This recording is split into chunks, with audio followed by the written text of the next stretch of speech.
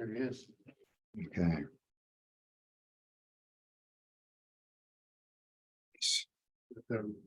Yeah, that's it. Nice. Okay, Right. perfect. Yeah, if it's too close, we can put it somewhere else, but you know, it's a higher quality. And I'm going to start, Andrew, why don't you start? Oh, sorry. Yeah. I'm looking at my screen here, so. Wait, should I might be on? No. Yeah, so just tell me, like, introduce yourself, tell me like a little bit of your background and why you're taking this course and what you want to get out of it. It just helps me, that's all. Yeah. So my name is Andrew. My pronouns are they, she. And I used to be in the corporate world as a data analyst. Mhm. And I wanted to take this course because I'm quite interested in investigative work in general, kind of more long form reporting. I like digging into things. I like crunching numbers. That's kind of why I wanted to do this course. Okay, well, we will do a lot of number crunching for sure. Jack. My name's Jack. I haven't really done anything like this before, so I think it'd be really cool to kind of delve into that world. Mhm. That's pretty much it, I guess. Okay, Sam. Yeah, my name is Sam. I kind of same thing. This seemed like a really neat class to do. I was excited to. Yeah, that's about it. Okay. Jake.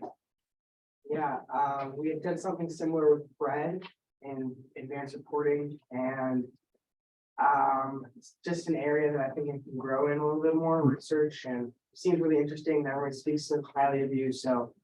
Oh, that's very, very kind. That's good to hear. I hope I can live up to those expectations. Oh, me too. When did you take the advanced reporting with Fred? Last year. Oh, so it's a while. It's been a while. And everything COVID. Yeah, It was, it was 2021. oh, 2021. Yeah. Oh, my So I goodness. guess not even last year anymore. Okay, so you haven't done much since then. Okay. David.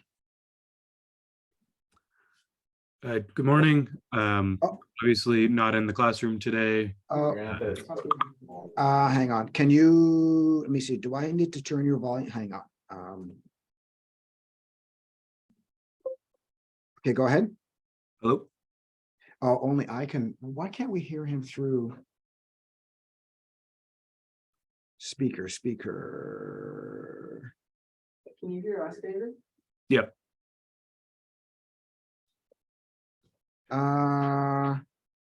Hang on here. Let me get Jeff.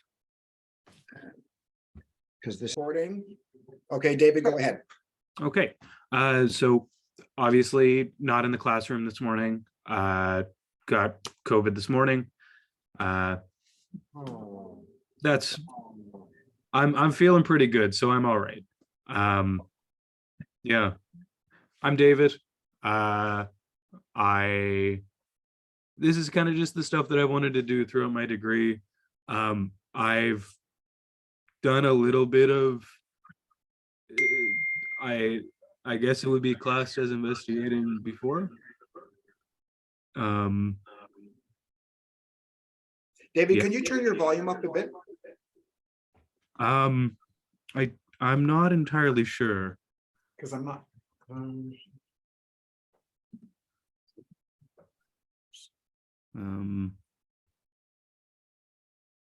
You're coming through the speakers. Whoops,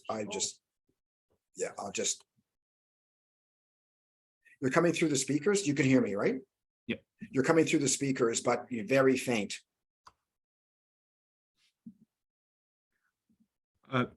Move if there's anybody else, you can move on, and I'll check to see if there's anything I can do. See, this is the advantage of doing this. See?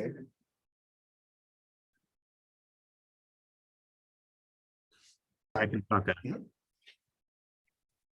So why are you taking this class? Well, this is just kind of always what I wanted to do. I've worked in community journalism for a few years. I've done a little bit of investigations here and there. But I've always just found a little bit of, I don't know if you'd call it awkwardness, but it just, I don't always get the I don't get how to get from an idea for an investigation to doing it to having a cohesive project and something that you can put out to show people, if that makes sense. Okay, yeah, yeah. So you want to learn how the sausage is made. Yeah. Okay, well, we're all about sausage making here, and hopefully the end product will be very tasty indeed. Okay. Crystal, Oh, hi, I'm Crystal. I. just turn your mic Okay, on. I'll turn it.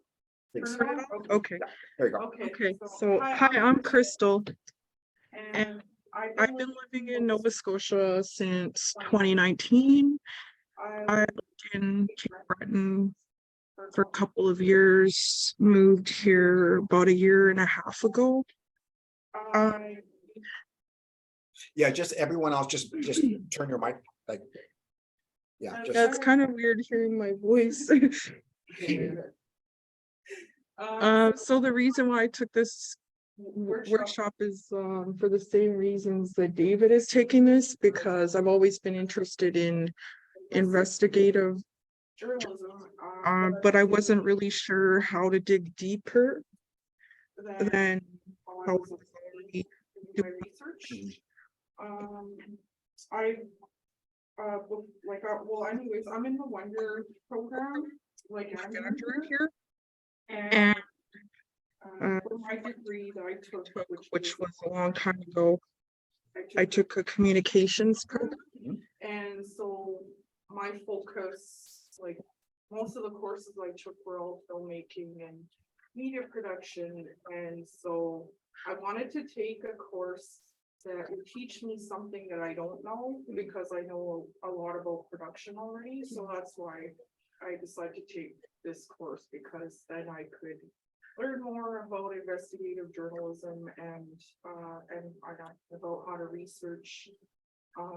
Because I feel like my journalism skills are pretty basic. And I just kind of want to go more in depth okay. and do more in-depth journalism. As a matter of fact, you had communicated with me a while back about some housing. Yeah, You want to just, maybe you guys already Sure, know this, but yeah. okay, so when I heard your pitch, I kind of thought about, I was thinking about that, and I was thinking, I wonder if this idea I have kind of fits with the theme that we're gonna work on. So back in October, there was this, there was almost a 5-hour standoff. One of my neighbors, there was like a big SWAT team that showed up.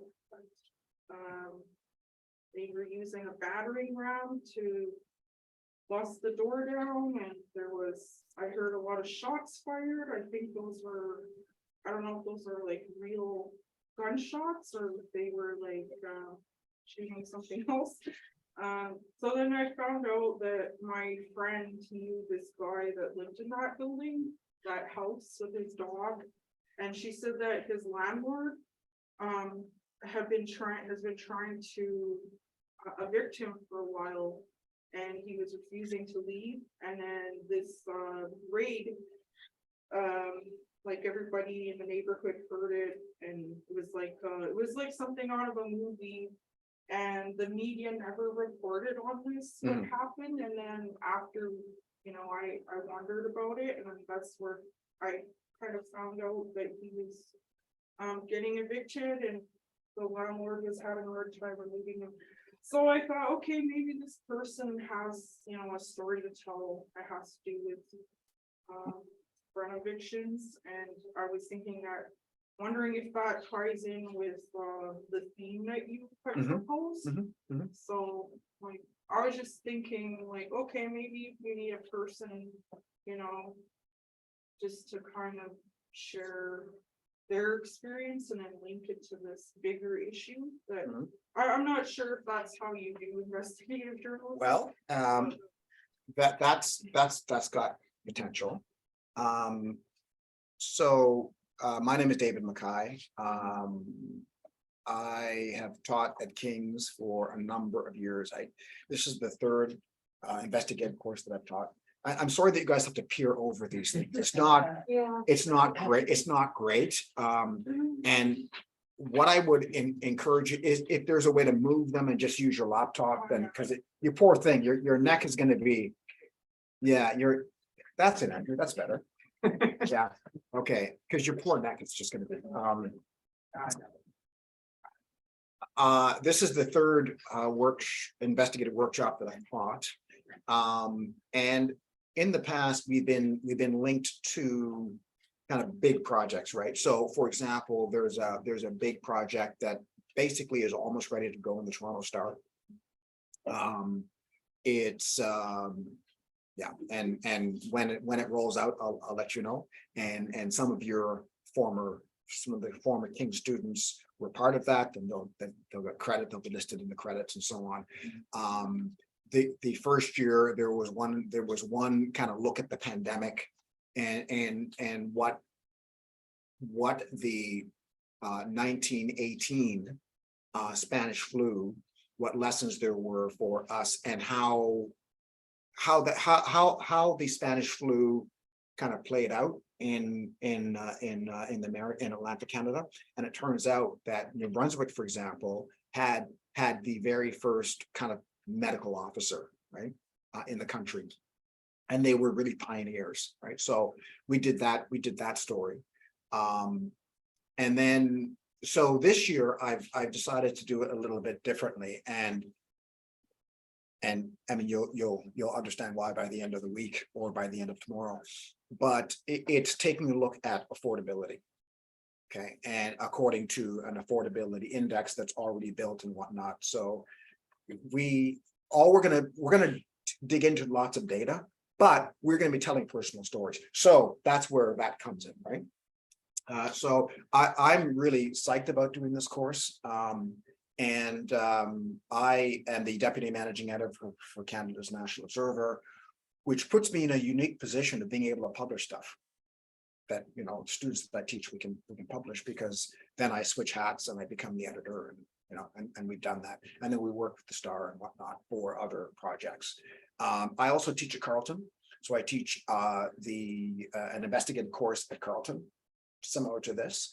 And I teach MJs at Carleton, research methods. And we have just finished in 2 weeks. Basically, I taught them how to create visualizations in Tableau Public. I've got licenses for all of you, by the way, for the desktop program. Just came in yesterday. So we'll may get you going on that by the end of the week. And I basically taught them how to dig into the consumer price index, how to understand it, how to get stories out of it. And I'll be marking those assignments on the weekend. So this is a really good piggyback on that. So the idea, behind this workshop is just to basically get out and tell stories. And the advantage is that it's Halifax based. It means that you can get out and you can tell stories in person. Now, we still have kind of restrictions in place, and we have to, respect all the protocols, but it's kind of fun because you'll be out and about, not just stuck in a classroom, which I'm really excited. This is like the first time, right, since this god awful pandemic hit. So that's my story. I was with the CBC for 26 years. I left so I could teach more. So, the National Observer is a full-time job. I also host a bi-weekly podcast called Hot Politics. It's a cool podcast. Love doing it. And the focus on all of my work is original, is as original as possible, is a really heavy dependence on public records. Okay, really heavy. We don't use, secondhand sources like media reports are fine, but that's not what we're gonna depend on to verify a number. We have to go to the original source.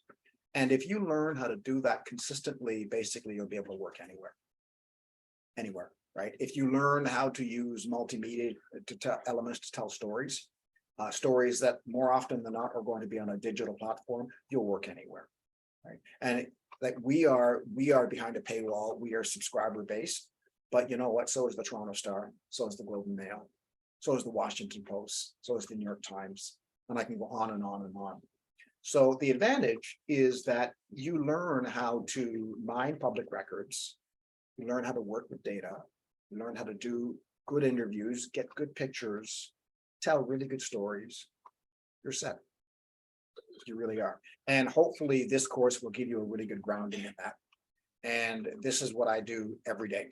So I teach, but I'm a full-time journalist. So that's what we're going to be doing for the next, and so I'll just share my screen and I'll give you a perfect example of what I'm talking about. Okay, so this is today's story. Okay, Canada's inflation rate slowed to 5.9%. Okay, this morning, inflation rate. So what's an inflation rate? What does that mean? Inflation rate. You will be well familiar with this by the time we're done, believe me. But what you hear this all the time? CPI, don't use acronyms, but Canada, the consumer price index. What does that mean? Inflation. My understanding is that they look at kind of standard list of items or categories of items like, you know, bread or whatever, like things that people normally have in their day-to-day lives, and they kind of track the growth in those prices, and then there's some fancy math, I guess, they measure how much those prices have increased on average. You are absolutely right. So let's go to the syllabus, and we'll scroll down, and I'm kind of jumping ahead to what I was going to do, but I wanted to introduce you to something right away.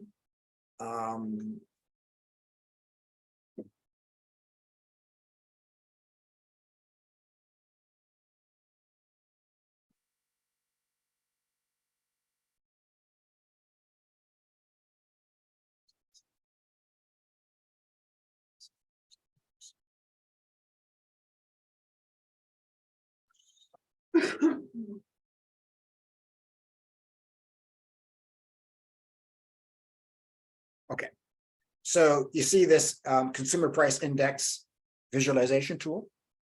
It's right here. It's about in the middle, right? It's, you scroll down, this visualization tool. Okay, so it'll look something like this.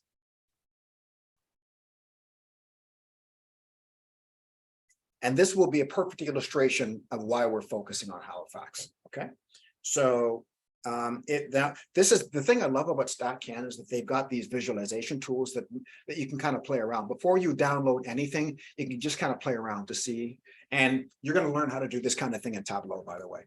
Okay, so we will be creating these kind of dashboards in Tableau. Right, so if we take a look, is everyone here? So if we take a look at the consumer price index, so you can see that it was for all items, it was, let me see if I have, so all items, consumer price index, and for Canada, it is 5.9. Okay, 5.9. So what does that mean? 5.9. Like what's being measured? 5.9 is a percent, right? So it increased 5.9 compared to what? And I'll give you a little hint here. See the tabs across the top here? What does that one say? 12 month. So 5.9 compared to what? January last year. January 2022. Okay. If it's a 1 month change, right, then it would be 0.5% compared to the previous month. So you have these two tabs here, which is really kind of interesting. Okay. And very user friendly. So this is the consumer price index.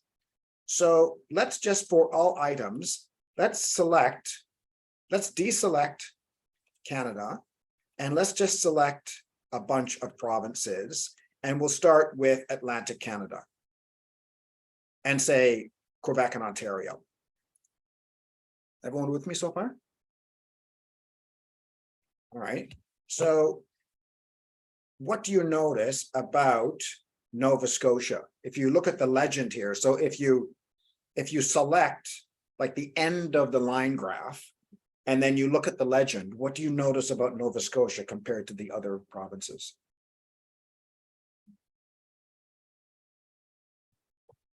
It's kind of tricky, right? So Nova Scotia is 6.9.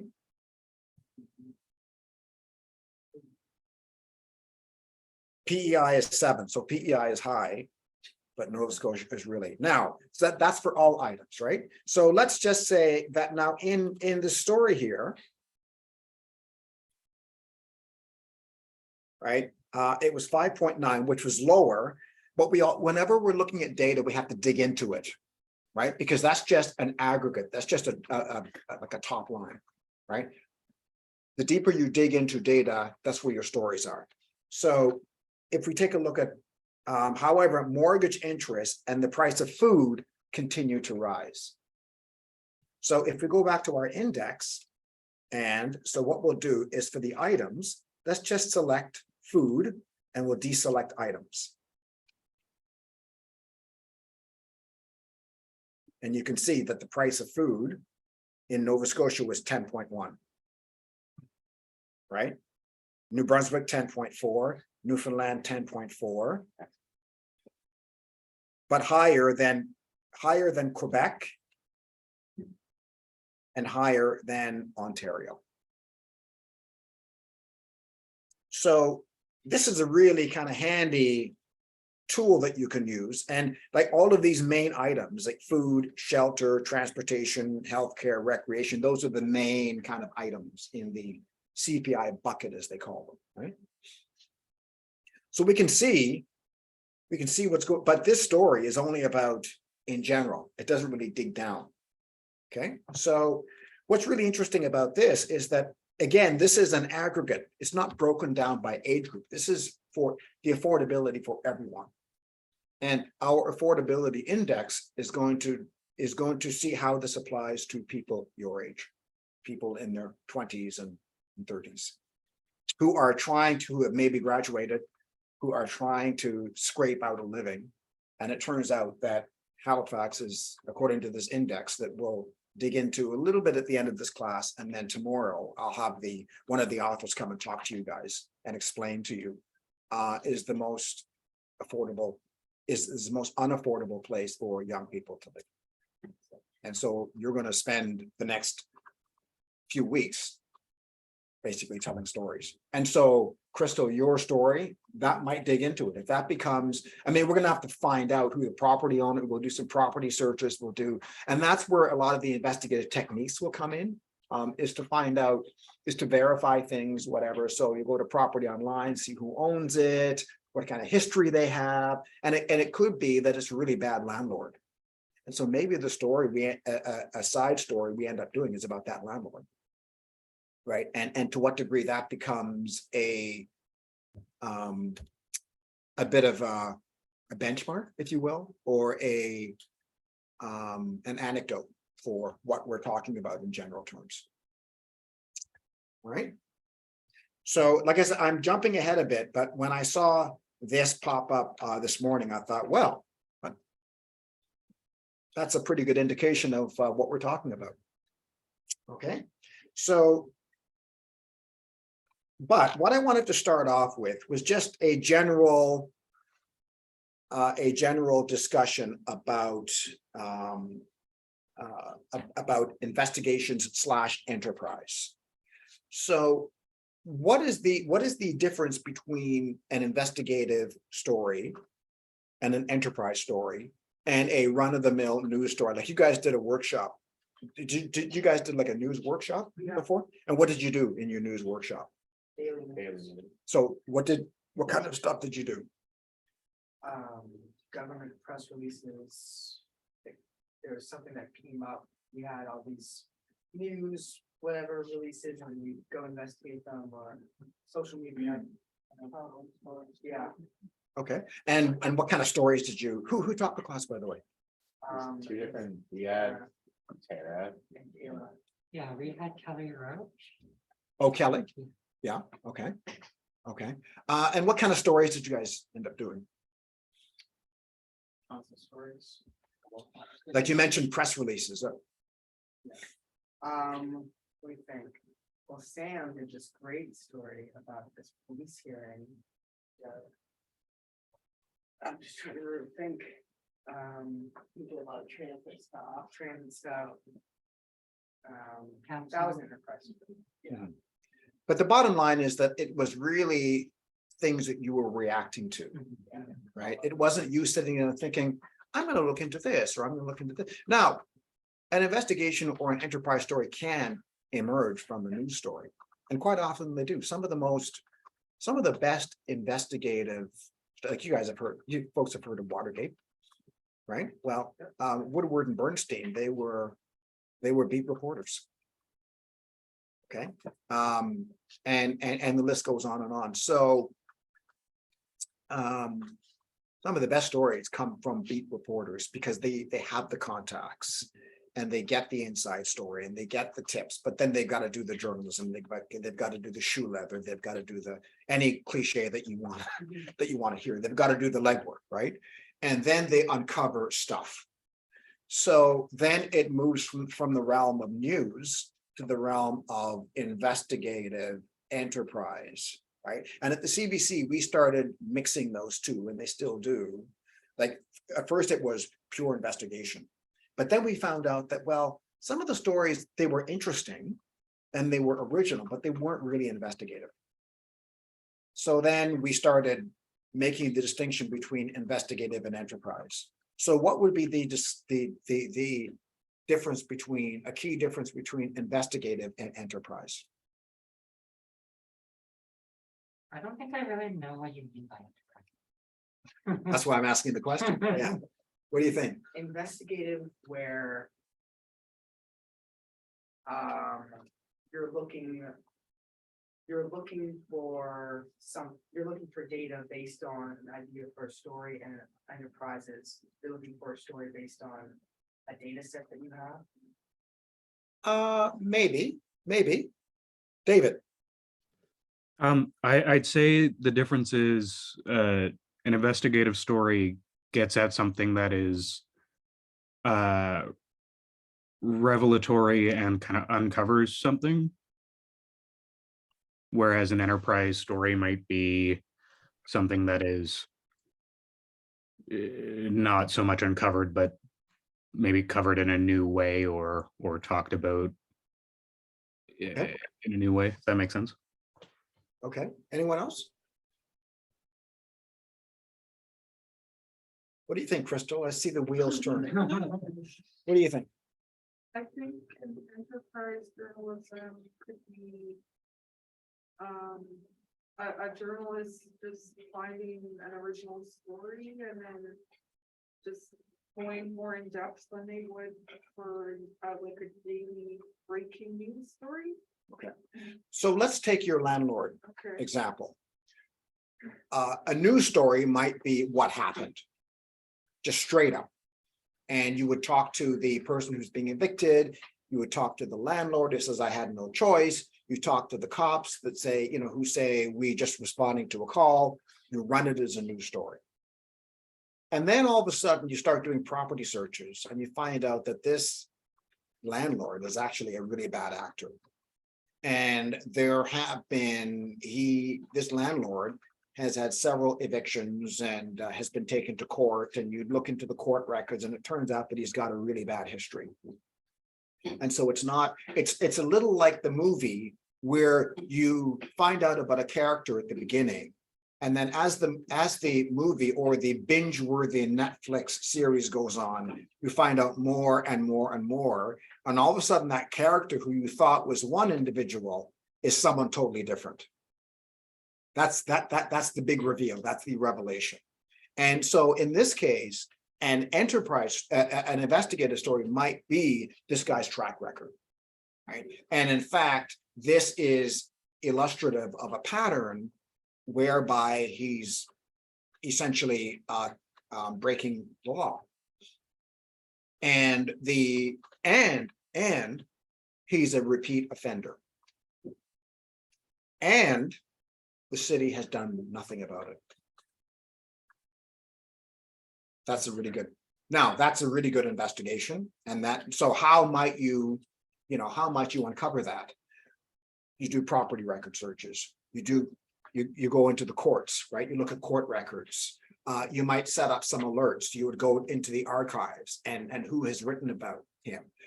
You might track down, you might talk to a landlord tenant association to speak to some of his former tenants. Okay, so all of a sudden you're starting to have a checklist of things that you do, and then you're off to the races. Now, at the end of it, you might not discover anything.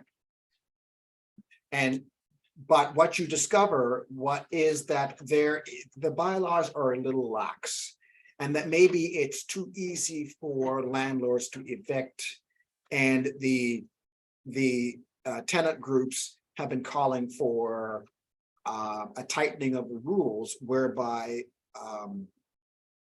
renters have a few more rights. And so, that's not really investigative, but it's enterprising because it gives you really good background, really good context into what's happening. Right? What it tells you is that this event is not happening in a vacuum, but it's happening because other things aren't working. Right? And so your investigation, the enterprise is to dig into those things that aren't working, not because anyone's doing anything illegal, but just because it's, the right hand is not talking to the proverbial left hand. It's a pretty good story. And it's a nice evolution from that news story. But it takes an equal amount of digging. It's just at the end of the day, there's no smoking gun. There's no bad guy. There's no, and so what's common for both of them is that there has to be accountability. Someone has to be accountable. And it's not enough, you have news stories where people will be interviewed and they'll say, I want change. A black man has been stopped and by the police, and the journalist will go to an advocacy group. Problem here in places like Halifax, Toronto, and the advocate will go, I want change. Okay, well, what change? What do you want? What kind of change? Right? I mean, and I don't know how many stories we've read where we quote people who say, we want change. Okay, well, what kind of change? Right? If we just dug into that, what kind of change, that would set us on some sort of a path. But we just stop right there and we move on to the next. And so what happens is that these events become mired in these cliches. We want change, without us really knowing, well, what kind of change, who's responsible? Maybe it's not the cops. Maybe it's the fact that their budgets have been cut for the last 10 years, right? Maybe it's because they had a community policing unit that used to do a lot more work in the community, get to know people. They cut that back, not because they had to, but because all of a sudden there was an emphasis on fighting drugs, right? So the cops had to make a decision 10 years ago, and now it's come back to haunt them. So maybe that's the problem. Maybe the problem is that, more and more people are being let out on the streets, and there's a mental health crisis that is sucking up an inordinate amount of the police resources, and therefore they can't. You see where I'm going? Right? So, is any of that investigative? It's explanatory, it's enterprising, and there's accountability. But it's maybe the accountability is not only who you think it is. Maybe it's the local politicians, maybe it's the police, certainly, but other people as well. And then what level of government, right? So that's where we're going with this, right? Is that we start off with this kind of overall premise that it's really expensive here. It's really expensive in Nova Scotia. If you take a look at food, it's got one of the highest, all the items, it's got 6.9% compared to the same period last year. It's got one of the highest in Canada. And then, as we'll find out, when you break that down for younger age group, it's even more like, what the hell is going on? Right? That there was a time when the Maritimes was thought of, and when I started teaching here, it was cheap. You moved to the Maritimes because it was cheaper. Well, now if you're a young person, you're not gonna move here. You're not gonna move, you're probably better off in Toronto or Vancouver, which is crazy. It's bonkers. It doesn't make any sense, right? So, you know, at the end of the day, are we gonna have an investigation that is, I'm gonna uncover the whole truth about this? No, not in 5.5 weeks. Are we gonna have a really good enterprising story that gives people really good background as to how the hell this happened? Probably. That's going to be our bare minimum. So that's why I say that there's a difference between investigate, but will there be investigative elements? Absolutely. Might there be a wayward landlord? Crystal might find that out. Maybe. Okay. Or any one of you might find out, you know, we're not going to preclude that. But that might be an element of a larger story. So it'll be an enterprising look at why this phenomenon is happening with investigative elements. So that's what we are going to attempt to do. Okay. But I wanted to get into a bit of a discussion about investigative / enterprising story. And I wanted to do it by looking at this story here. Okay. I don't know if you've, and I have to pronounce her name properly.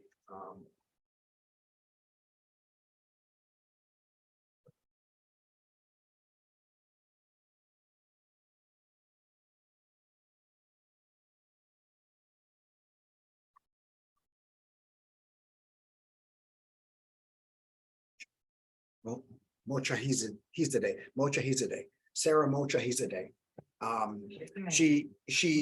I was watching her on YouTube and she was saying that I think her father's Iranian. So that's her. Do you know her, Andrew? Do you know of her? I know her. Okay. She has some really good reporting. Pardon me? She has some really good reporting on leadership. Wow. Oh, wow. She's there. Now, what is her, like, she has a specific beat, right? Yeah. So her beat is work and wealth investigative reporter. Right. And the thing that the Star and the Globe and Mail and others do is they give someone a beat. And if you got a beat and you work that beat, you're going to come up with really good stories. Okay, so Sarah, this is the story that she tweeted about. Okay? And you know, as is the case these days with a lot of stories, it's you follow people and you go, oh, they tweeted about this. Fine, I'm going to read it. And this is the story here. Now it's behind a paywall. So I don't know if you'll be able to see it. So what I've done is if you can't get it behind the paywall, then I've uploaded it as a PDF. So what I want you to do is take 15 minutes to read as much of this as you can. We'll take a quick break for 10 minutes. We'll come back and we'll talk about it. Okay. And I'm going to pause the recording right now because people reading a story is really boring to look at. So.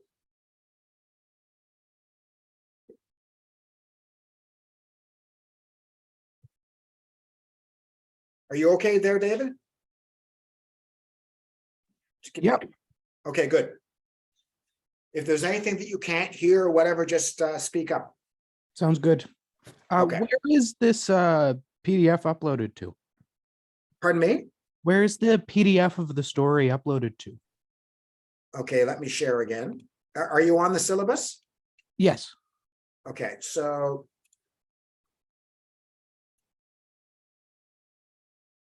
So it's here, right? And then this is the whoops. This is the Star story. Okay. And then this is the PDF right here. Okay, perfect. Thank you. Okay.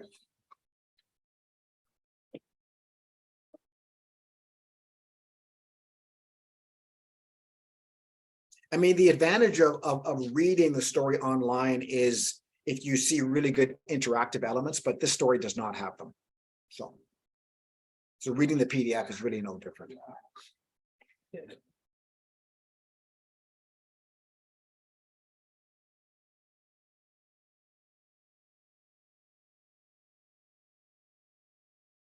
And what I want you to do is when you are reading this, take note of the public records that are being used. and who is being quoted. Okay, so the public records being used and who is being quoted.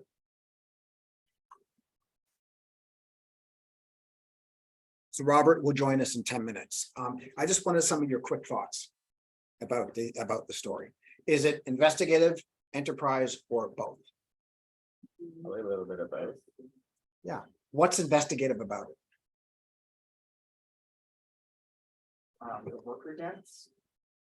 Investigating the stats behind the temp agencies and how that leads is leading to the death of the temp workers. Mhm.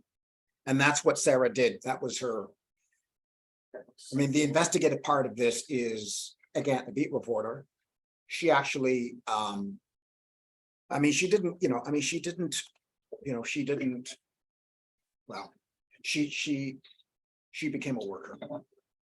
It was the only way for her to, and this is the YouTube video, but it was the only way for her to find out what was going on. So she actually worked there. So that's the investigative element. That was from a previous story. Okay, what else? She had to dig through a lot of court records. Yeah. So I'll just do something very quick. So as I was reading this, I was just let me send Robert a note here.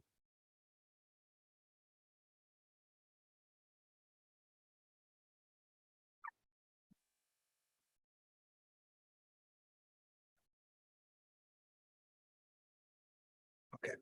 So, I was doing like, and this is an exercise that I do. So what I will do is I will copy and paste something to a Word document, and then I'll just highlight and hyperlink stuff, right? So this is the stuff that I hyperlinked. So obviously the opening anecdote, a real person. Fiera Foods. So I went to its website. As you can see here, here's the link that Fiera Foods. And I went to its website because I was trying to determine whether or not it's a publicly traded company or a private company. So what's the difference between a publicly traded company and a private company? Would that be where there's shares involved? Yeah, so a publicly traded company is, they have to reveal things. They reveal annual reports, quarterly reports. They have to tell you how much money they make. They have to tell you if there are any lawsuits. If they're private, they don't have to tell you anything. Right. So if it's a publicly traded company, then all of a sudden you can dig into financial reports to find out more about its history. Has it been sued? Whatever. When you're dealing with small time landlords, court records, records they're not publicly traded unless it's like a chain or something like that. Like there are some large chains here that own property, huge, and they may be publicly traded, but for the most part, so then you're looking at maybe small claims court, like those kinds of court records. All right. Okay, so the Fiera Foods. Okay, the tax court. You guys know anything about the federal tax court? Other than the burden of proof is reversed, Pardon me? like the burden of proof reversed. Yeah. And the tax court is just that's what it is, a federal tax court, right? So, you go to this website and try to find the actual court document. Okay. And then, but have you guys used Canly? Yeah. Right. Very- So then I would go to Canly, right? The Canadian Legal Information Institute, and I would just plug in. I would just plug in the name of the company. Whoops. Just plug in the name of the company. And see what comes up.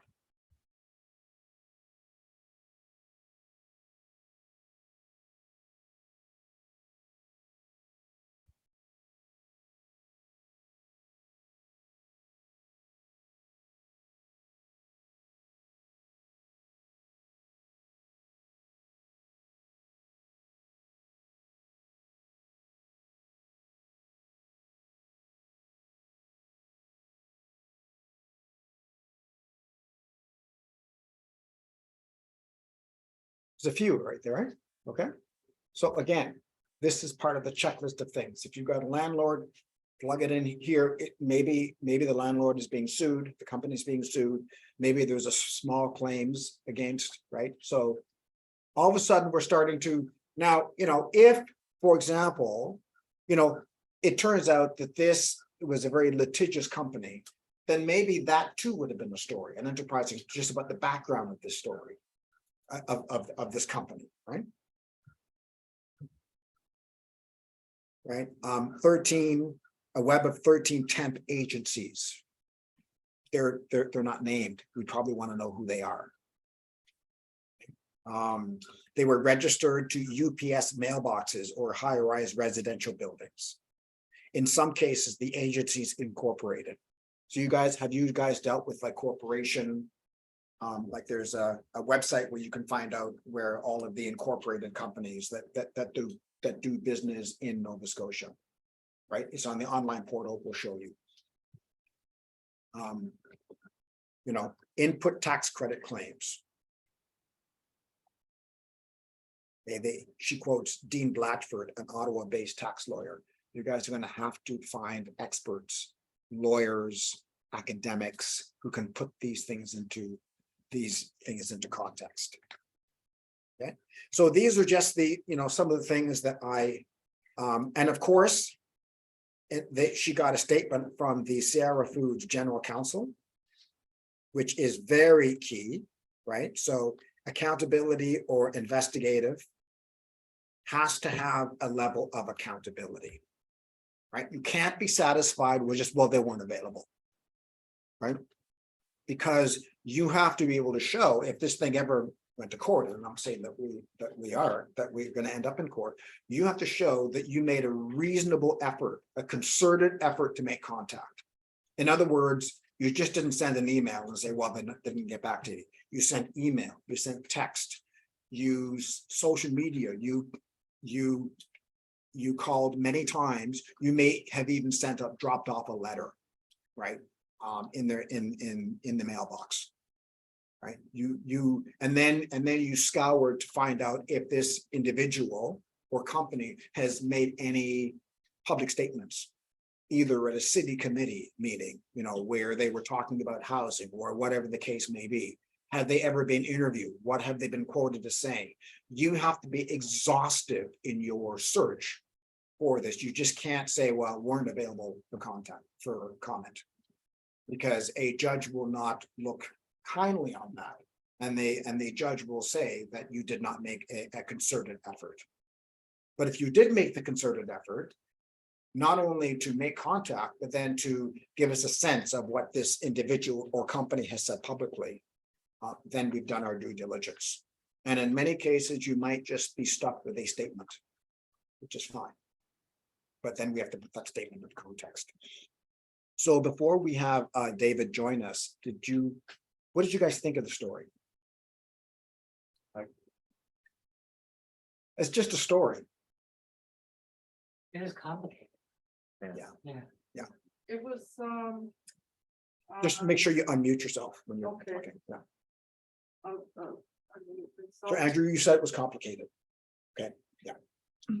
yeah, I said, well, I told Andrew, I asked what Andrew saw the story, and I told Andrew, well, it looks like it's about these workers that are being paid under the table, like cash jobs. But there's a whole lot to it under the surface, and it's very complex. That's what I think.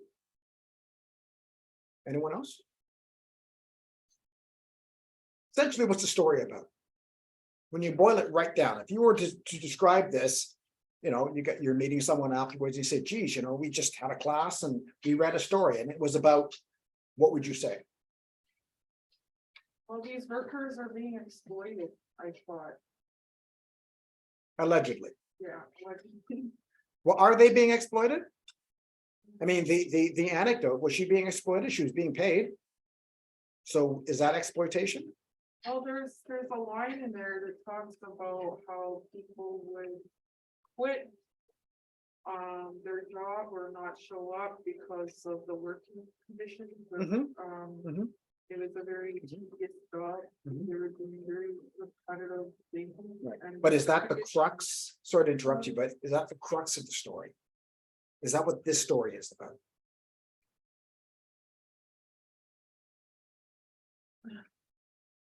It touches on the conditions that the workers are going through and. Okay, but I don't that's not, know, it's, but that's not uh, why the could it be company is the in tax court. Why is the company in tax court? What is the Canada Revenue Agency is trying to make a case against this, and it's the reverse onus. So it's up to the company to prove. So what's the bottom line? What is the company accused of doing? They owe. Tax fraud. Yeah. fraud. Tax fraud. It's a tax court. It's in tax court. It's a tax fraud case.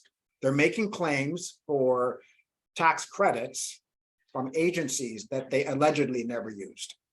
And that's what it comes down to. So that's what the story is about. But the enterprising part of it is that Sarah brings in all that other stuff, all that other context. So it's just not another boring tax court case, but it's because there are many, right? And it's really dry. Most of them never see the light of day. But this has flesh and bones and context. Temp workers, vulnerable communities, recent immigrants. I can go on and on and on, right? So it's very layered. And so when we talk about the index that Robert will talk about, that's what we're talking about, right? And we always want to circle back to the central question, which is why is Halifax so darn unaffordable for young people? Why? And it's very layered. There are many aspects to it. And what you'll be able to do is what Sarah has done with the story is to provide the context in a very readable format with real people, with accountability, with context. Okay. So I'm going to stop sharing. And Robert, can you hear me? I can. Hey everyone, There he is. and a day early.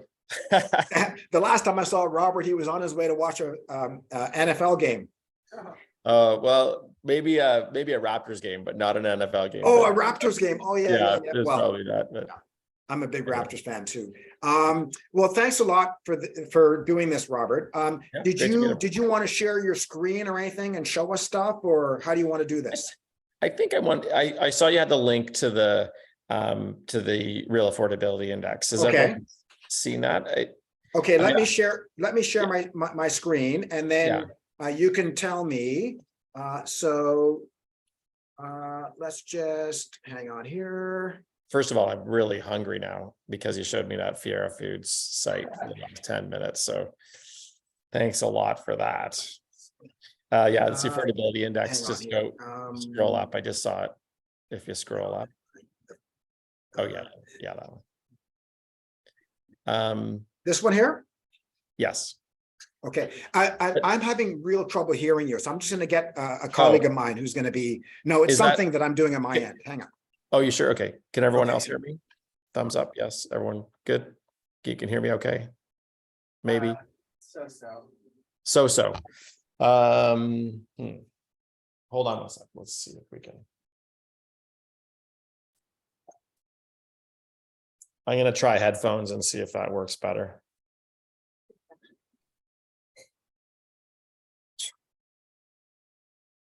Is that better? A little bit. A little bit better? Okay. So Rob, we're gonna see if we Okay. can boost your volume up here. Just count to Okay. 10. 1, 2, 3, 4, 5, 6, 7, 8, 9. Okay, 10? so is it just there? Oh, it's just there? Ah, okay. It was really complicated, Robert. You know, there is a switch on the wall. Okay, count to 10. 1, 2, 3, 4, 5. Yeah. Awesome. Yeah, the old switch on the You wall. know That's what? like If that's you like can't the laugh at yourself, then life is not worth living. that's like restart your phone when something goes wrong. You always forget to do that part. Yeah. But actually, I don't know how much and I know I'm a day early. So first of all, apologies for that mix up. on my side. Appreciate the time. I'm sure it sort of throws okay. off your That's okay. your class a little bit. So I guess the first, can I just go through like how we did this a little bit? Yeah. And maybe I'll go back to the group that's here. Okay. One of the things that I mean, generally, if you can go through, you can, yeah, if you want to check it out, it's in the chat. Yeah, I just put the URL in the chat so people can follow. And I'll give it like a 2-minute intro into Youthful Cities. One aspect of what we do is Okay. measuring cities. We started 10 years ago. We had a question, which was, what's the most kind of youthful city in the world? And we had a definition of youthful that meant that we were looking for cities that are curious, that are connected, that are open, dynamic, playful, and inventive places. We also want to make sure that young people can kind of live, work, and play in those cities. And you can get some more of that on the website. But the central question was, where's the best city in the world for young people? Like, you want to take a guess? Where do you think it is? Do I have your names? I'm just going to pick on, how about Sam and Jack? I'm just going to pick you. So what's the best city in the world for young people? Just take a guess. Yeah, in the world. That's a country. Somewhere in Europe. London. Okay. And Jack, what do you think? Or was that? Oh, that was Jack. Okay, sorry, Sam. I don't know, maybe New York. New York. Okay, cool. So Sam gets the prize and Jackie came second. So it was when we last did it, it was actually New York. No, that was in 2015. And then actually London came second. So, and Berlin came third, if you care about that. So the ranking actually was the story, because everyone wanted to know who came first, and people love a top 10 list.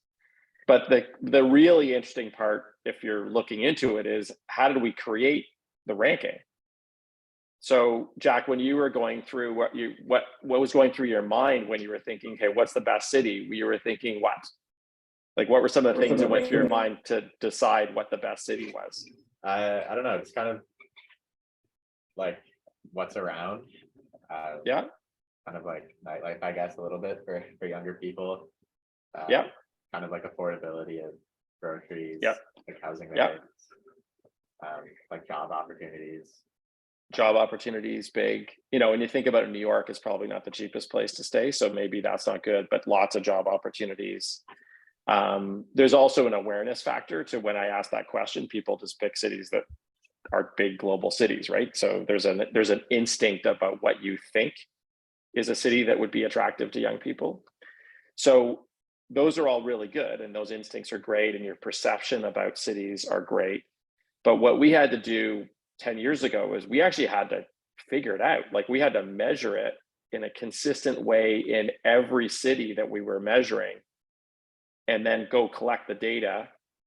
And then we had to create a ranking system that would allow us to show what was, to say, yeah, actually New York is, and London's second, and Berlin's third, and Toronto's sixth, and San Francisco's eighth. Like, we basically had to rank that. So, but you start with that central question is the question is, what's the best city for young people in the world, is the central question that we started with. The next one is, how do we measure that? And then we did it a little bit longer than I did today, but we started asking a lot of young people, saying, well, what do you care about in cities? And then how would we measure whether a city has lots of job opportunities? Well, we can actually look at the unemployment rate and the number of new jobs created in every one of the cities that we are working in. So, okay, that's not a bad measure to job opportunities. It's not necessarily a quality measure, so we don't know if they're good jobs or they're bad jobs. We just know that they are jobs. We can tell you whether they're full-time jobs or part-time jobs, so those are all interesting. So when we come to this affordability index, similarly, what the question is, how do we measure whether a city is more affordable or not? And there's also a lot of information about this out there.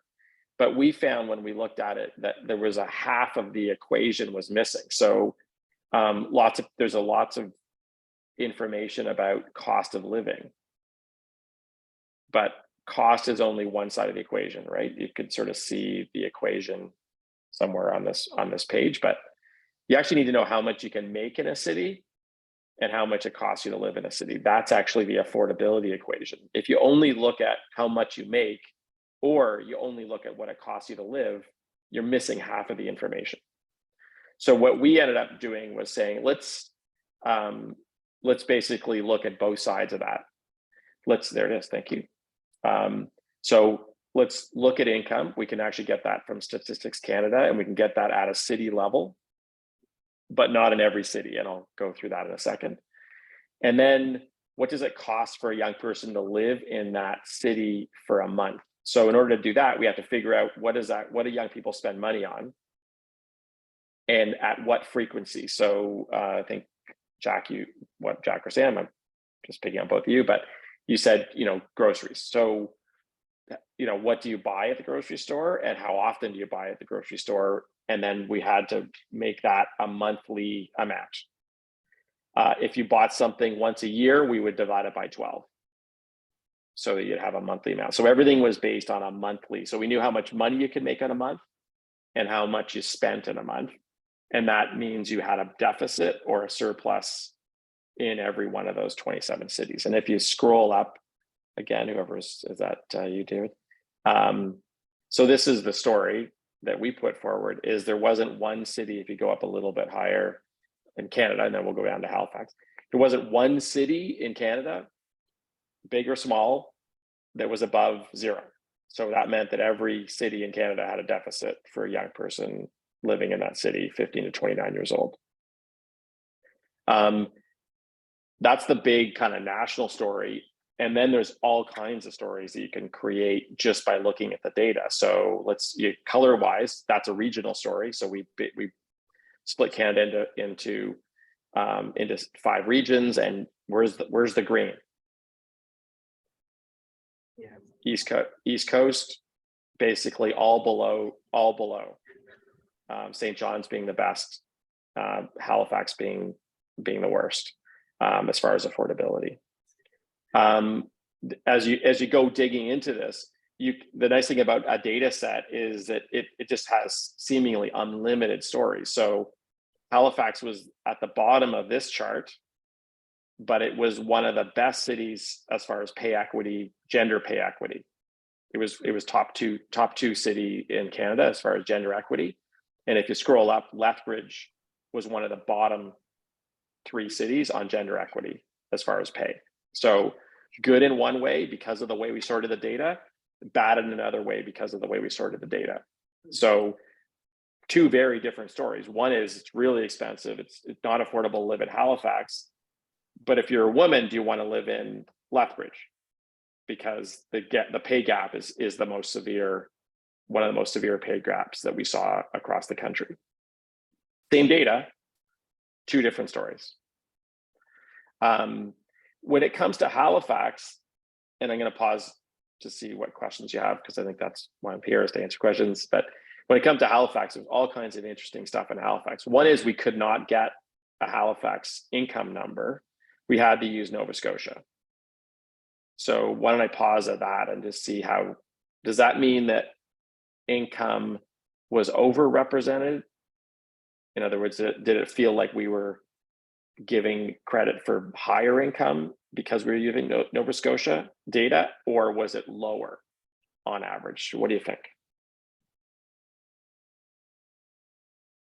Just jump in. Yeah. Just unmute. My instinct is that it was lower, or it would be. Yeah, your instinct was lower. My instinct is that it would be lower than average, because it would include rural areas where presumably the cost of living isn't as high, and so wages may not be as high. Yeah. Good point. I'm not sure who that was. That was Andrew. Okay. So here, my answer is I don't know. And that's another, and that's another really important part about data sets and data generally, is there's no such thing as perfection. There are going to be anomalies, there are going to be biases. I'll pick up one other one for Halifax, but just Andrew, to your point, that's where we went. Now, one thing we did on Halifax, we in fact had a journalist who reached out to us on this very question. So interesting for you to tackle it as well. So first of all, the greater Halifax area, which is the area that we're looking at, is 55% of the Nova Scotia population. So it's a huge percentage of the overall number for Halifax, sorry, for Nova Scotia is Halifax. So in order to move that income number substantially, urban to rural, you'd have to have a massive difference to the rural side. So that's point number one. Point number two is look at if you scroll up to the top city, which is Lethbridge. The reason Lethbridge does so well is because of the trades, because it's a high resource economy. It's got a lot of people who work in trades and electrical trades, engineering trades, other trades. And so we thought, well, in rural areas in Nova Scotia, we have a lot of trades. So if you're a young person working there, maybe you actually make more money because you're not working in service jobs, you're working in trade jobs. So it actually could go the other way. It could mean that we've in fact overrepresented Halifax on an income side. So what do? We just said, we don't know. That we use provincial data. If there's a city specific data set that we can use in the future, we will, but we use the best data we could. And we say that over and over and over again at Youthful Cities. We use the best data we could to tell a story. And as soon as there's better data, we're going to use that data. The other one on Halifax, which is interesting, is that we used a data set about 1-bedroom apartments in order to understand our rental. Now, it just so happens that in Halifax, there's a lot of multi-bedroom accommodations, and there's less restrictions about how many people you can put into a house than there might be in other places. So it's possible that we kind of rated housing ended up becoming more expensive than it is in reality. But we had to pick something that was consistent across all 27 cities. And so we picked a 1-bedroom apartment. It's also possible that the 1-bedroom apartments in Halifax are, at the same level as other 1-bedroom apartments somewhere else. So it may bias it, it may not. We just said, here's what we use. So as a journalist, I think you go into that and you decide how you want to look into that in more depth to say, did we overrepresent or underrepresent the affordability of Halifax just on those two quick stories that I'm telling you. So but the stories on the picture on the page, I think Halifax is the lowest. And the way I did a number of interviews in Halifax, because as soon as a city's at the bottom, everyone wants to talk about it. I use a phrase that I heard a lot in Halifax, which is called the East Coast discount. And that is that if you're working on the East Coast, we can pay you less because it costs less to live here. And the evidence that we have, again, the best data that we can find suggests that is not the case, that it's actually expensive to live in Halifax and you're getting less money in income, which is a disaster for young people living in Halifax. And our goal would be to start changing that East Coast discount opinion and assumption that employers have, and start moving, the minimum wages, if you're still quite low, well, it's moving up. Minimum wage needs to move up a lot higher in order to compensate for that high cost. So that's the story. I don't know, David, how can I be helpful to your? Well, I'm going to let these folks continue to ask questions. And then maybe we can talk a little bit about what kind of methodology you would suggest we adopt. So does anyone have any other questions? About Halifax specifically? About Halifax specifically, about this index, about, like, for example, when I say that I tell you there's an index, what would a natural question be? What's it made up of? Okay, so someone ask. What's So, it? what's made of that? Little bit of prompting here. Yeah, I start, that equation at the bottom or this as a scroll is that's the big picture. So then underneath that, we're looking at income based on an average income. We have an app, David, I don't know if it's in here somewhere, I think, if that's an information session, somewhere in the scroll is a click to get to the app where you can look at your affordability. This is also Yeah, there table here. is. So just let me, hang on here.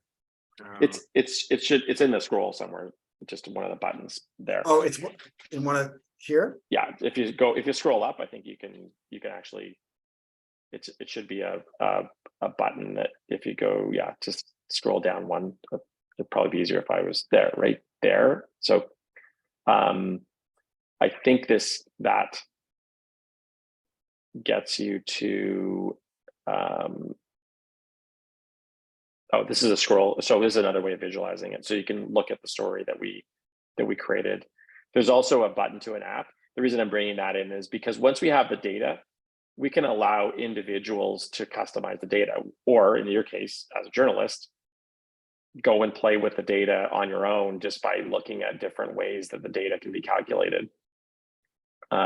So there's and the application is using the same data set. We also have something called the grid. Yeah, you can go to the grid there. This is our open data site, and this has all of the data that you can download. So it goes into literally what it costs to on everything. All our cost measures are here as open data that you can grab and have a look at. So Robert, like, what are these values here? So that's a cost value. So you can see the note EN is what type of data it is. That's so $33.87. And if we go back to the website, I think if we scroll down, thanks for doing this on your side, David. It's a little bit. So if we go back, if we scroll down, you'll see all the different things that we measured. So just keep scrolling down. Yeah. Headlines, and then if you keep going down a bit more, this sort of shows you the income, and these are just different ways of looking at the data. Mm-hmm. But you can have a look through minimum wage. There's the web app. So if we go to the web app, Mm-hmm. which works on your laptop as well, you can just click forward, and then you get into the app. Just that red forward button. Oh, sorry. Yeah. That's okay. So you can guess if we put in Halifax nicely for you, so you can now you're customizing the data. So what's it like for a male, female, and then we actually have data for non-immigrant, immigrant data. Pick your occupation, sales and service. Okay. That's a pretty common one. And retail is pretty common as well. And then this is the top city as far as how much you can make. You can see Halifax came 25th out of 27 cities. So this is just your income. This is monthly, right? Monthly income. So you can see the difference between Hamilton and Halifax just on monthly income alone. And then just there's a couple of notes here just so you know where it's coming from. So where you're renting, these are all the different things that we're collecting data on. Okay. So if you're in the city center, and how many times a week do you have meals at home, and then how many, and then it'll ask you away. Wow, you eat out a lot, David. Fast food. I'm just clicking numbers, so I'm just. Yeah, no. Okay. I lots of coffee. Okay. Yeah, and you can. scale this again, as this allows you to literally play with the data in a different format. The other stuff on the website is Tableau, and you can also do it through Tableau if you're familiar with that model. Yeah, I was just telling them that I got them a Tableau license, a desktop license. Great. Well, all the stuff on the website that's on that we were scrolling through, that's all Tableau. So you can so you can cycle through this, right? Yeah. I mean, Yeah. Just and it's detailed, right? So these are all the things that we found that young people are purchasing on an annual or on a monthly basis, or sometimes on a daily basis. So and then when you get to the end of this, then it'll give you like a ranking, right? Correct. It'll actually give you it'll give you the full, so and you can also see that you can see what's happening at the bottom there. It's Okay, also giving it's a running tally. Whoa, that's right. Okay, once every 3 years. Wow, this is really cool. How often do you purchase a phone? Once every 4 years. Purchase a tablet once every 4 years. I don't know if anyone uses tablets anymore, but how many phone accessories do you purchase? Oh, on a monthly basis, do you use more than 5 gigabytes of data? Yes. Yes. Yeah, the class can answer for you. How many drinks? 30. 30? Holy moly. Look at what that did. Cannabis. We'll say, oh my God. Tobacco, let's just say 0. Select subscriptions. Yeah, Netflix, Spotify. Yeah. I just canceled. Oh, okay, we'll go Netflix, Spotify. Wow, okay. Big events. So you can see how each one of these is. So how would you? This is all. I mean, detail. how would you suggest? You can keep clicking zeros. Yeah, we can to get play to with this for a long time. How would you suggest we use this in our kind of? Well, what I find in working with, and this is what we try to do at Youthful Cities, is you can go right to the grid and go download the data set and go play around. If you're a data scientist and you want to go do that, it's there. It's open. It's free. There's no cost. Like, it's there. We also, on the website, we've actually done one level where we put it in Tableau, and we've shown you some ways of sorting the data. So that's another way you can go in. Again, you need a little bit of Tableau knowledge to do that. Mm. The third way is to go into the app, and that's more of an individual curiosity, because it's going to be customized to you, but you can also customize it based on a persona of someone that you want to better understand. So if you want to look at what it is for a new immigrant, we've got that. If you're not a new immigrant, you can still look at it that way by actually looking at it through the app. So it's just a number of different ways of same data set, but just telling the story and allowing you to use the data in a more wholesome way. So this app is one. And then Tableau is another. So these are data sets that are downloaded into Tableau. You'll learn how to do that. It's 2. Correct. And then 3, this is all the data here. Yeah, and you can see the topics on the left-hand side. If you scroll through, those are all the different things that we've measured. And you can see the indicators. So an indicator is a sort of meta level, and then we have measurements underneath the indicator. The nice thing about the affordability index is all the data is about dollars, and that's something unique to this particular index. When we measure which was coming up in May, the best cities for young people to work in Canada, we can't just look at the cost side. We actually have to look at things like jobless rates, and we look at the number of co-working spaces. Like, we use a whole bunch of different types of data, but in this case, affordability is about money. And so we're using money as the way that we measure. And the values here, these are dollars, right? That's correct. Okay. I know that we've only got a few more minutes. You've been very generous with your time, and we're almost running out of time, but just a couple of quick questions. So what would your general advice be to us as we kind of dig in? Because we were talking about the difference between, our lead into this was talking about the difference between investigative and enterprise. Investigative meaning that we uncover wrongdoing. Enterprise is that we give really rich context around issues that continue to make the news. And I think that if we were to discover a wayward landlord who's ripping people off, obviously that would be an investigative element. But the overall tenure of this is more enterprise, it's more contextual.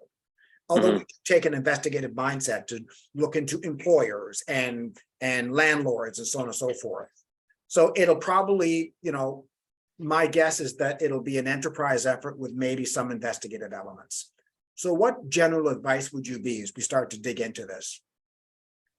You know, just thinking a little bit about this, I mentioned this phrase East Coast discount. Like it's a very common phrase. This certainly challenges it. And to me, I don't think that story has really been told enough.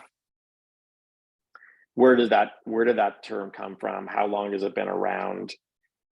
Who's perpetuating it? That's where the investigative side comes in. Like if it's governments that are thinking that we can keep our kind of wages low, and that employers are just taking the cue from the governments, and that's the problem. If governments are putting pressure on the government not to raise minimum wage, then that's, they're promoting this concept of an East Coast discount. That's an interesting angle. We have information to say there's no such thing as certainly in Halifax. It's a really expensive city for young people to live in. So there's no discounted living cost. So why is there a discounted income? So that's kind of where my mind went, David, as I thought through it. And then, Halifax is the biggest city in the East. So, and all the cities in the East struggle with this.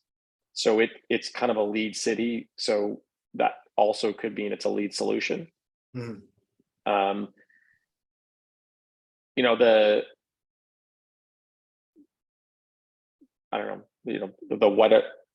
When you present this information to people, and I've been doing it for more about 8 months now, people are shocked that Halifax is at the bottom.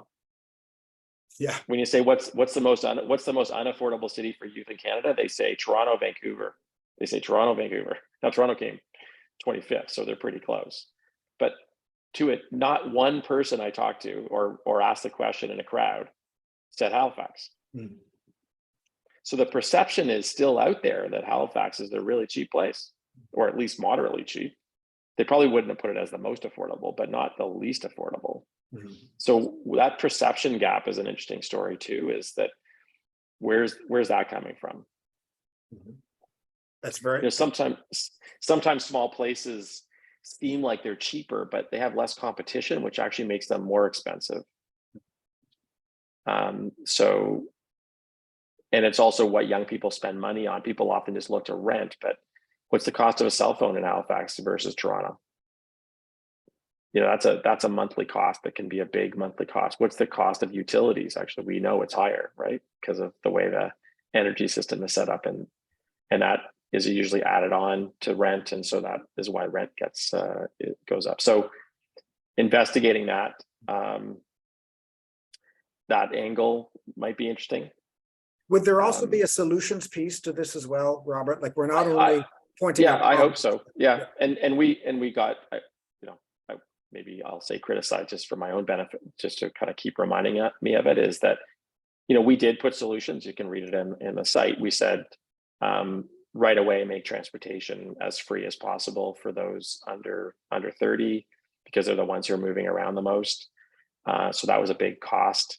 We put forward is there needs to be a youth housing strategy that could actually be done in Halifax. It could be done in Nova Scotia. It could be done in Canada. Like there's 3 levels of that. There is no such thing as a youth housing strategy.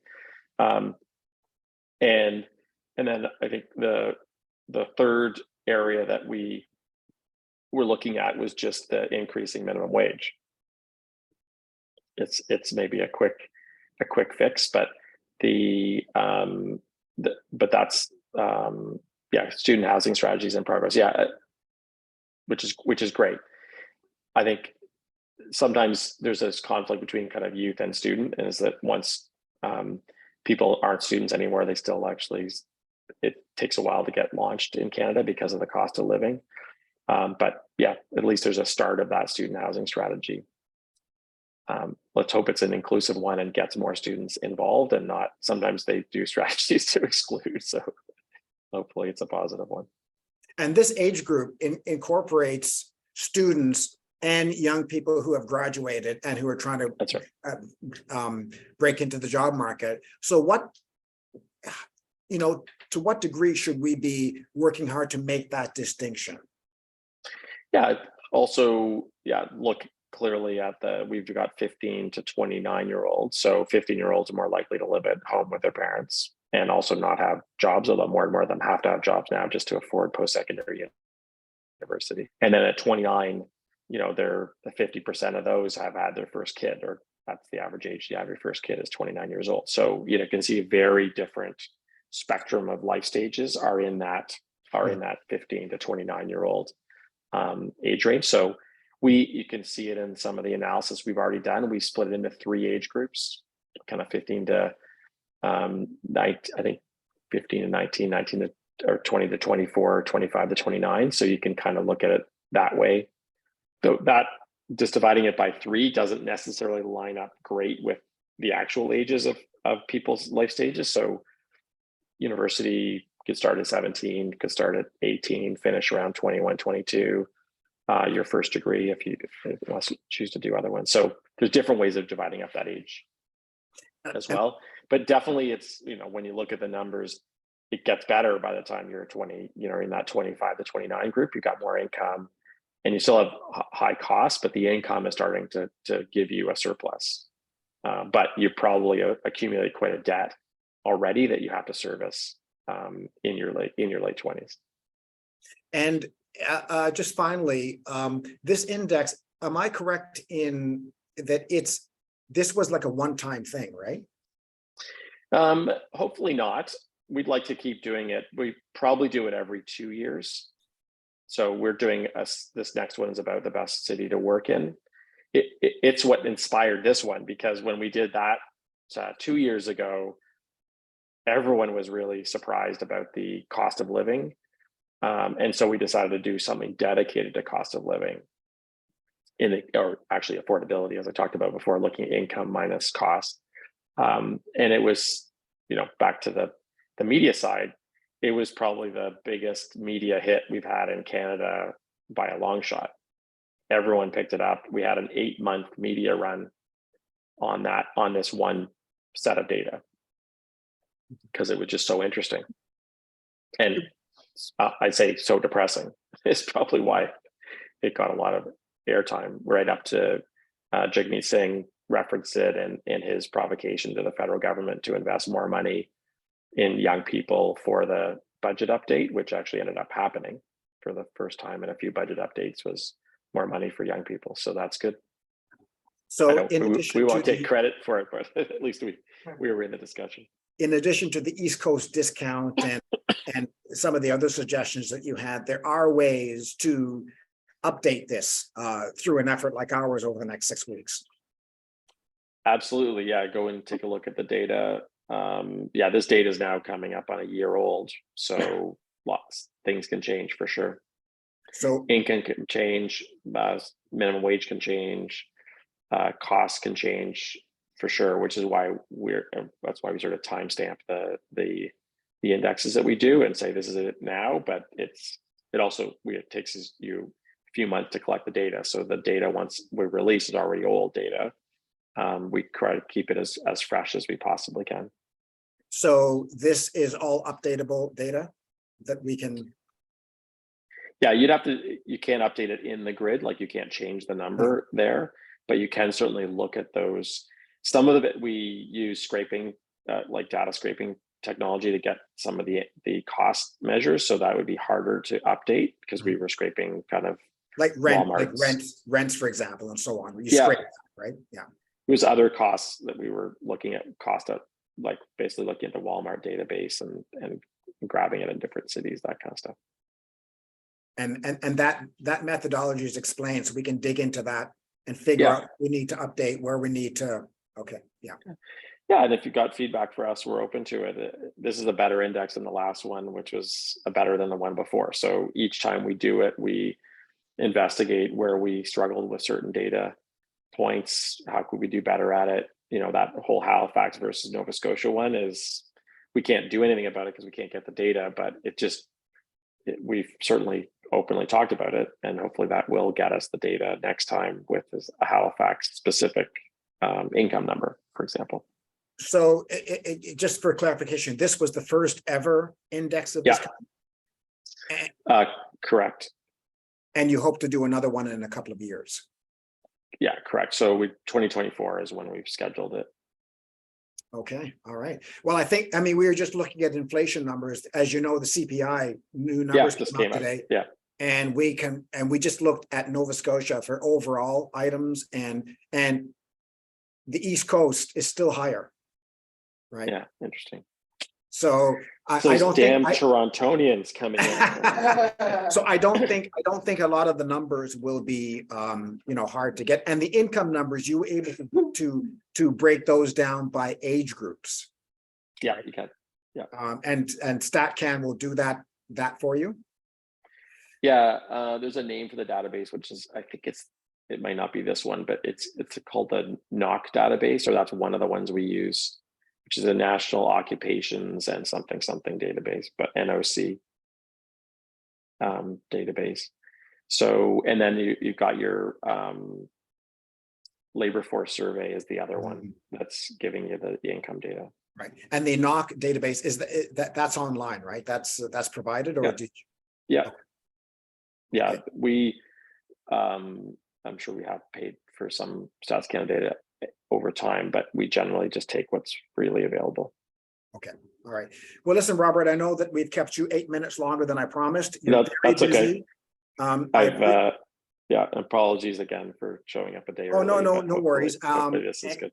And as we dig into this, I know you're busy, but what Robert and I talked about doing is, if we have questions, we will assemble them at the end of the week, and then we will submit them, so that we're not bothering you people too much, because they're working on an index right now. So as we have questions, we'll assemble them, share them with you at the end of the week, and then you can answer them at your earliest convenience. Great. Okay, well, good to meet all of you, and thanks for jumping in with your guesses and content, etc. Thanks, Robert. Thank you. Okay. Take care. Yeah. Bye. See you soon. Bye. So what do you guys think? Is that cool? Yeah. The East Coast discount. There you go. I've never heard of that before. I've sort of heard about it, but yeah. Yeah, my trailer that I live in. Are you unmuted? I'm unmuted. I'm muted. That way David can hear you. Yeah. Okay. Did you want to have me unmuted, or? Yes, please. That way David can hear you. Okay, so my trailer that I lived in Cape Breton was only $650 a month. And then when I was Here, my rent went to 1,600. Yeah, but I was really lucky to get into Thailand housing. Okay. So my rent is lower again. But it's still very expensive living here. Mhm. Yeah. So I think what we'll have to do is, and I'm just going to keep you guys a few extra minutes, just because, well, this is the only thing that you have to do for the next 6 weeks. So but I realize that people have stuff scheduled, and I will try to get you out of here 12 o'clock sharp. Yeah. But methodologically speaking, because he was supposed to join us tomorrow, so this is upended things a bit. But methodologically speaking, we have to understand all of the data sets in the index, how it's collected, the data sources, and then what we can update. Right. And then how that affects the index. I don't think that it will upset the index too much, but I think that we'll have to update what we can, and then kind of run it by them from a methodological point of view. And then, kind of figure out is, at the end of this exercise, is Halifax still the most unaffordable for this age group? As well, I think that we have to take into account the 3 cohorts that he talked about. And I don't know that we can compare. Like, I think we're gonna have to treat the 3 cohorts as 3 cohorts. So when we're talking about unaffordable for like, is the, among these 3 groups, is it unaffordable, remote, like, which group struggles the most? I'm kind of guessing it'll be the youngest group. There are like 5 universities here. And so, maybe a story is, which is, not only is this an unaffordable place for young people, but it's an unaffordable place for students. Yeah, I would say students, because I'm in the next bracket Yeah. of age, but it's still not very. So, there's a lot to dig into. And so, the data, and once we understand the data, once we start updating it, then it'll be a question of, okay, how do we divvy up the tasks, right? Like who's going to, so what I would say is for your homework, take a look at the affordability index, take a look at the 3 measures, the app it takes you a long time to go through, but it's really cool that you get like a count at the bottom, like a running total at the bottom. So that's good. But take a look at the data, take a look at the website, take a look at some of the stories that have been written about this afternoon, just to get a real good sense. And then tomorrow, then we can start to take a deeper dive into this material. Okay. Does anybody have any questions before I let you go? What do you guys think of this? Is this Yeah. good? Thank you. Yeah, my mother, she comes here every once in a while. She lives in Winnipeg. But she notices how expensive the groceries are. Yeah. Yeah, it's crazy. And Food is bonkers. Food is ridiculous. Yeah. Hey, David, take care, eh? Have a good one. See you tomorrow.